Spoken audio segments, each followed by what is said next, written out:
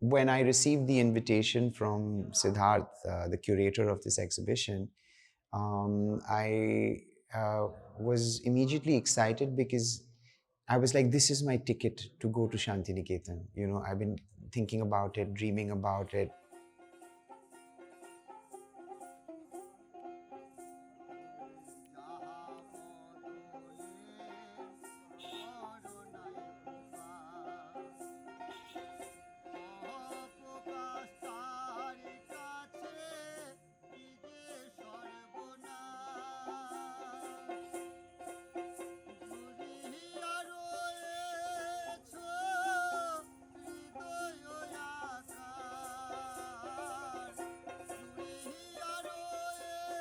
You know, I've never really had the opportunity to visit Shantiniketan, so I was immediately excited to to really feel the vibration of this place, which sort of resonates across, you know, the artistic world so much, especially with the legacy of Tagore. And ironically, when I came here, what I experienced was a cyclone, and the Kopai River had, you know, kind of breached its banks, and, you know, half of Shantiniketan was drowned and, you know, overwhelmed by a deluge. And it immediately, you know, it became a really important point of reference for me, because, you know, over the years, you know, my relationship as an artist has been with landscape painting, but over the years, I've been thinking a lot about, you know, landscape in distress. You know, I cannot anymore look at a landscape without thinking about ecology. So, you know, ecology has played a large part in my critical understanding of, you know, our relationship with the planet, you know. And as an artist, you know, I'm really wanting to reflect on that state, especially because I live in a place like Goa, which is also sits on this really kind of fragile, you know, vulnerable kind of ecological sort of place. So, you know, it became very obvious to me that I was going to use this moment of coming to Shantiniketan in a state of flood to reflect on that in my performance, which is why I've called this piece When Land Becomes Water. So it's that moment when, you know, land isn't land anymore, you know. So that's what was my inspiration for this biennial. You know, increasingly, I've been thinking a lot about the personas from a place of, you know, um, to add, in a sense, to this layer of distress that I've just talked about with landscape that I've been preoccupied with. I think my personas sort of reflect that. In this case, I was thinking a lot about presenting myself as someone who would have, you know, either be entering the rituals around death or be coming from rituals around death, which is why I kind of shaved my beard and my head and sort of kind of wore this sort of white kurta and dhoti in a way that to allude to that. And I began the performance with, you know, using a technique that one uses in Buto, which is a Japanese expressionistic dance form where you blacken the inside of your mouth. And so the charcoal that I had was a very useful tool for me to kind of chew and this charcoal and eat and consume the material that I'm going to work with, and to use it as a way to kind of signify this very kind of dark persona. So I was thinking a lot about like mortality, and I was thinking about our images around death. And so my persona really came from there. And you know, he's this kind of storyteller of Armageddon, of the end of the world, you know. And in this case, I drew an image of a deluge, um, um, of a completely submerged, of a submerged landscape. Um, and at the same time, even though this character kind of represents um, darkness, if you will, there is still an endearing aspect to it, and that's where I really kind of lean on melancholia. So this idea of um, enduring sort of loss is also very much a part of this persona. So you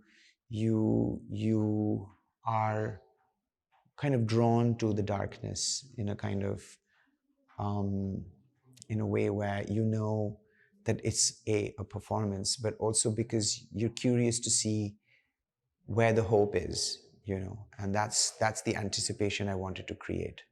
Well, it's to in a sense take a critical stab at our obsession with speed. The fact that we live in a hyper consumerist world where the technology that surrounds us, culture around us, has really become about disposability, and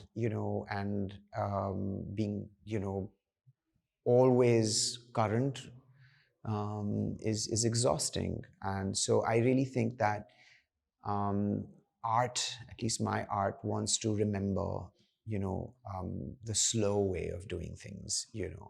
The fact that a painting takes time to make, and it's not just the time it takes to make the painting, but the years of practice that goes into cultivating that skill, but also that form of expression, to be able to use it in a way with command, takes time. um, and I'm really interested in processes of fermentation and marination and pickling, and really kind of salting something and letting the salt kind of absorb itself into the meat, I want to say. And I really do reflect on um, you know uh, how a practice can, you know, um, counter that, and that's where, in a sense, also some of my politics lie, is to do things the old-fashioned way, as opposed to do things instantaneously. Where I want to remember that it used to take days to make a picture, as opposed to the press of a thumb, and and I want to think about that in the now, in a contemporary uh, world that is obsessed with, you know, instantaneous gratification. Well, I'm trained as a painter, so that's really at the core of what I do as an artist. It's really at the backbone of my kind of development, as if I was to think about a skill, there would be two actually. One would be the painting, and the other one would be performance. And so these two P's, in a sense, meet in this pod, of live art and performance that I create. Um, but essentially, my relationship to image making comes from a place of a painter. And in a sense, even in this three-dimensional space, four-dimensional space with time as well, the references are always to compositions around, familiar compositions around painting. So you kind of find familiar kind of still life setups and familiar poses of figures that resemble classical painting, because we've understood our relationship to beauty through art history. But also, it's important to not be committed to that art history. It's also important to take what we do, but also to flip it on its back. So I also have a critical relationship with art history. I don't take it as at face value, but I kind of deconstruct it and reconstruct it, in order to, find means of, defying colonial constructions and kind of westernized ways of how art and image making has been canonized. So, while there is a reference to it, there's also a certain level of irreverence towards this act of making a painting, and to not get precious about it, but to have a fluid, trusting relationship with it. That, it doesn't need to be something that happens in the privacy of my studio, but I can take the live moment and use that moment to create like this sort of composition on a two-dimensional surface, which has a long history and legacy. Well, I think about the audience's presence not as a passive presence. I think of them as a very active presence. I am very aware of their gaze.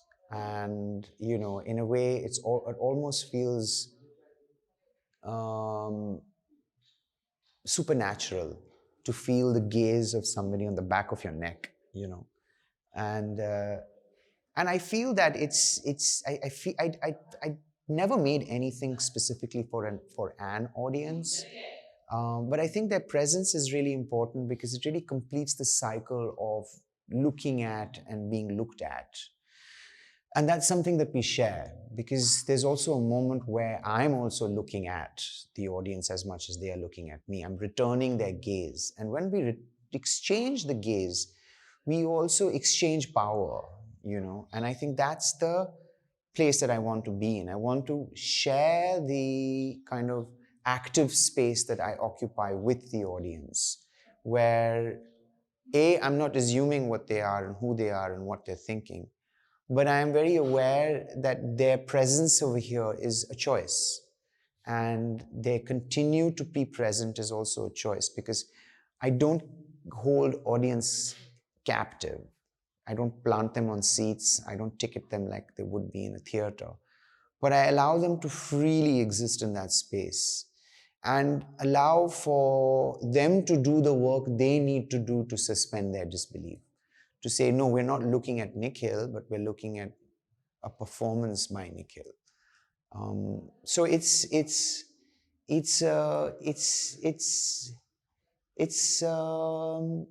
a game, and I think that the audiences are generally willing participants in that game, and they become very aware of the rules of that game.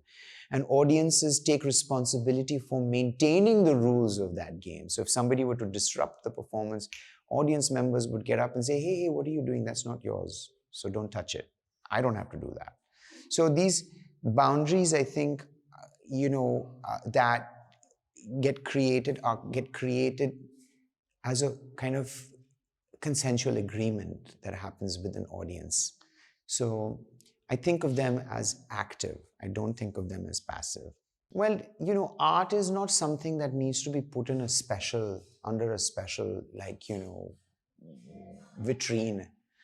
I think art has to be woven into our daily lives. It is the mirror that we reflect on. And we not just reflect ourselves as bodies, but we reflect ourselves as people. And I think it's really important that art steps outside of those very clinical, alienating institutional frameworks. And, we spoke a little bit about, decolonization. I think that that's a very important role then a place like the Bengal Biennale plays, is because it says that, you have to take the word to the people. You cannot expect them to, and that's how you create critical mass, right? That's how you create a self-aware critical audience, is that if you welcome them as willing consensual partners and collaborators in your process of making something, then you are expanding on the dialogue and the limitations of what art can do, because you're not assuming then anymore. So it is important to take it out of the white cube and put it on the mud walls of Shantiniketan, and to use this infrastructure, because infrastructure is not just walls and bricks and mortar. Infrastructure is people, people's minds, people's eyes, people's desires, people's hunger, people's thirst, people's pain, is also infrastructure. And to acknowledge that is to validate that. And that's what the potential of something like this, like the Bengal Biennale has, is to be inclusive and to be democratic and to be available and accessible. If art is indeed about giving agency and access, what good is it if it's only experienced in a white cube and an institution somewhere far away in the West? So that's why I think it's very important to to stay resilient, you know, and to keep on, and to be generous, you know. Not my words, but the words of Devdutt Patnaik, who spoke so eloquently, said, talked about generosity and resilience. And, you know, I think that's what I think this Biennale to me right now signifies, is a certain level of generosity, and its resilience will be noted as it takes its ideas into the next Bengal Biennale.